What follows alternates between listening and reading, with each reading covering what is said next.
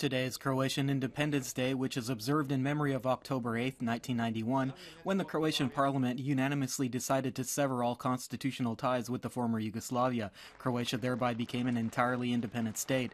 The day before, Yugoslav Air Force jets bombed the presidential offices in Zagreb's historical upper town, so the parliament session was held in the basement of the National Oil Company's headquarters just outside of the downtown area. To observe Independence Day, the country's top officials, including the Croatian president, prime minister, and parliamentary speaker, laid wreaths at Zagreb's Mirogoj cemetery to honor all of those who gave their lives in the fight for Croatia's independence.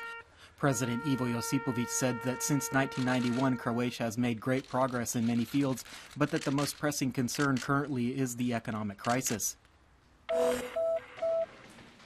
The In the Name of the Family civic initiative reported that its activists have processed a portion of the signatures for its petition to hold a referendum to amend Croatia's electoral legislation. At a press conference, the initiative's leaders said over 360,000 signatures have been verified and that they will have the complete number in about 10 days, adding that they expect to have the required 10% of the total number of voters in Croatia.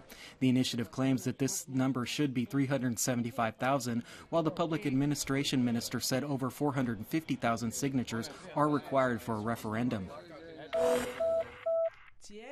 Vesna Pusic, the chief deputy prime minister and the foreign minister, commented on the potential referendum for Croatian radio yesterday. She said everyone is perfectly entitled to express their ideas, but that electoral legislation should not be amended in an election year. She also found contentious the lowering of the vote threshold from 5 to 3% in order to qualify for a seat in parliament. In this regard, she speculated that the entire matter, although packaged in rhetoric about voting rights and better representation, is actually a ploy to secure parliamentary seats for certain specific individuals.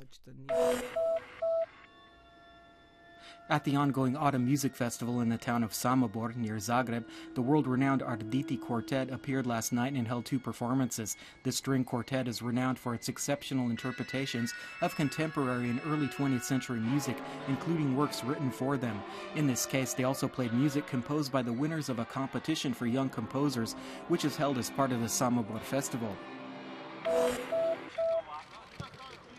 In sports, ahead of their match against Bulgaria on Friday night in the qualifications for the European Cup, coach Niko Kovac was able to gather the entire Croatian national team for a light practice. After Friday's match in Sofia, the Croatian team will come back home to play against Azerbaijan in Osijek early next week.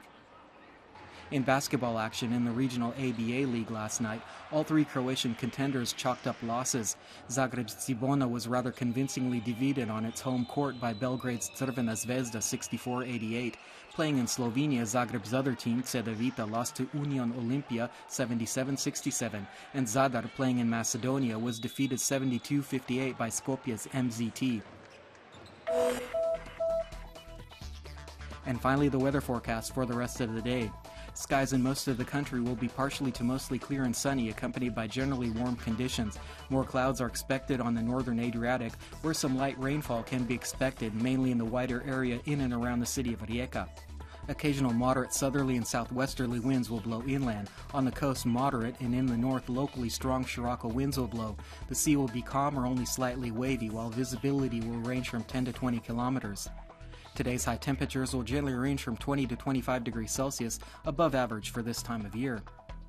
Generally sunny and stable conditions will prevail inland over the coming days, with temperatures higher than usual for this time of year.